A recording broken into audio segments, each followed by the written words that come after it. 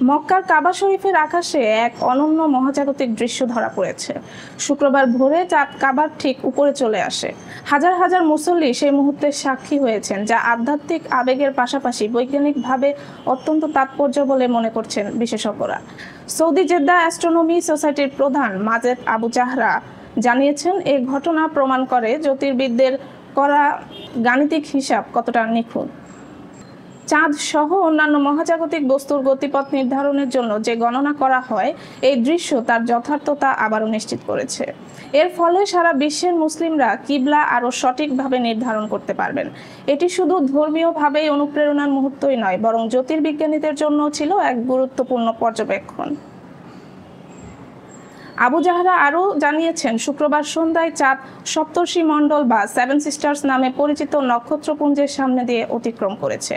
এতে কিছু নক্ষত্রকে চাঁদ অল্প সময়ের জন্য ঢেকে দিয়েছে, যা ছিল আরেকটি মনোমুগ্ধকর দৃশ্য। ইতিহাসের দিকে তাকালে দেখা যায়, ইসলামের স্বর্ণযুগ থেকেই সূর্য, চাঁদ ও নক্ষত্রের অবস্থান নির্ণয়ের উপর মুসলিম জ্যোতির্বিজ্ঞানীরা বিশেষ গুরুত্ব দিয়েছেন।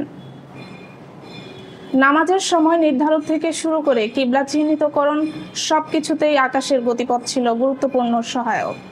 আজও এমন ঘটনা ধর্মীয় অনুভূতির পাশাপাশি বৈজ্ঞানিক কৌতূহল ও গবেষণাকে আরও গভীর করে তোলে।